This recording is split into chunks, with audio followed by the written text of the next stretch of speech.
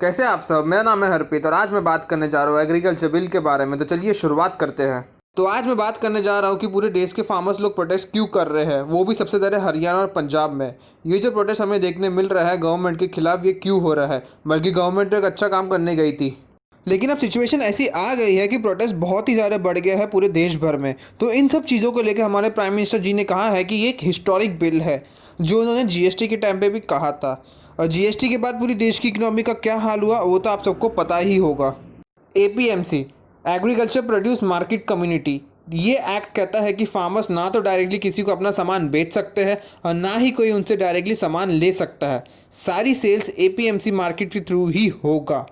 हर state का अपना APMC मंडी होती है। जो एपीएमसी मंडी है ये गवर्नमेंट रन करती है।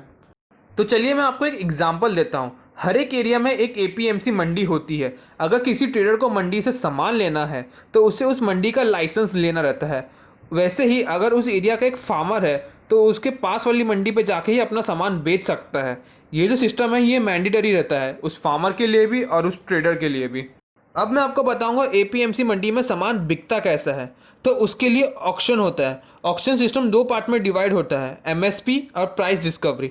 एमएसपी मिनिमम सेलिंग प्राइस, ये जो प्राइस होता है ये गवर्नमेंट ऑफ इंडिया डिसाइड करती है। एमएसपी स्टार्टिंग लेवल है ऑक्शन का, इसके नीचे सामान बिक ही नहीं सकता। प्राइस डिस्कवरी, प्राइस डिस्कवरी का मतलब ये होता है कि मार्केट में किस चीज़ की डिमांड ज़्यादा है, किस चीज़ का सप्लाई सबसे ज़्यादा हो रहा है, ये सब आता है प्राइस डिस्कवरी में। एपीएमसी में सामान बिकता है एक सप्लाई चेन जैसे, मतलब फार्मर एक क्रॉप उगा रहा है और लोकल कंज्यूमर के पास आते आते बीच में बहुत सारे मिडलमैन होते हैं, इसलिए गवर्नमेंट ये सिस्टम हटाना चाहती है।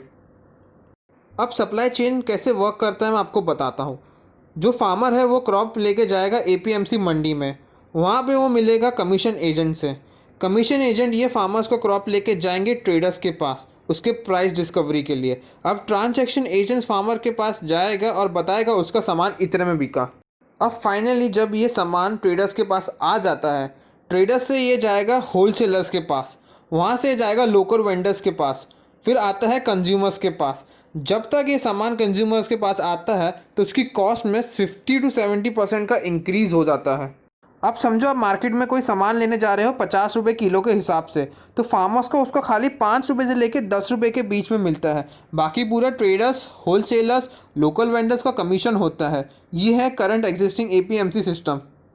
अब गवर्नमेंट बोल रही है कि एपीएमसी से डील करने की जगह फार्मर्स डायरेक्ट प्राइवेट सेक्टर से डील करेंगे, और यहाँ से प्रॉब्लम शुरू होती है। थॉट प्रोसेस बहुत ही अच्छा है, लेकिन प्रॉब्लम कहाँ है। गवर्नमेंट ये चाहती है कि एपीएमसी मंडी हट जाए और फार्मर्स डायरेक्ट प्राइवेट सेक्टर से बात करे और सामान वहाँ पे बेचे। प्रॉब्लम यह है कि अगर आगे जाके प्राइवेट सेक्टर ने फार्मर्स को एमएसपी से भी कम प्राइस दिया तो इसमें आगे जाके फार्मर्स का ही नुकसान होगा। एपीएमसी मार्केट में एमएसपी से नीचे सामान नहीं बिकता है। प्राइवेट सेक्टर अपने हिसाब से प्राइस सेट करेंगे तो इसमें पूरा लॉस फार्मर्स का ही होगा। और अगर प्राइवेट सेक्टर ये बोलती है कि हम इतने में ही खरीदेंगे, आपको बेचना है तो ठीक है वरना आगे चलिए, तो इसमें जितना भी लॉस होगा फार्मर्स लोग का ही होगा। गवर्नमेंट इसमें फार्मर्स लोग की कोई मदद नहीं करेगी। तो ये है इशू जिसकी वजह से फार्मर प्रोटेस्ट कर रहे हैं। तो चलिए आज के लिए इतना काफ़ी है। वीडियो पसंद आए तो लाइक कीजिए और जो लोग ने चैनल को सब्सक्राइब नहीं किया सब्सक्राइब कर दीजिए। मिलते अपनी अगली वीडियो में।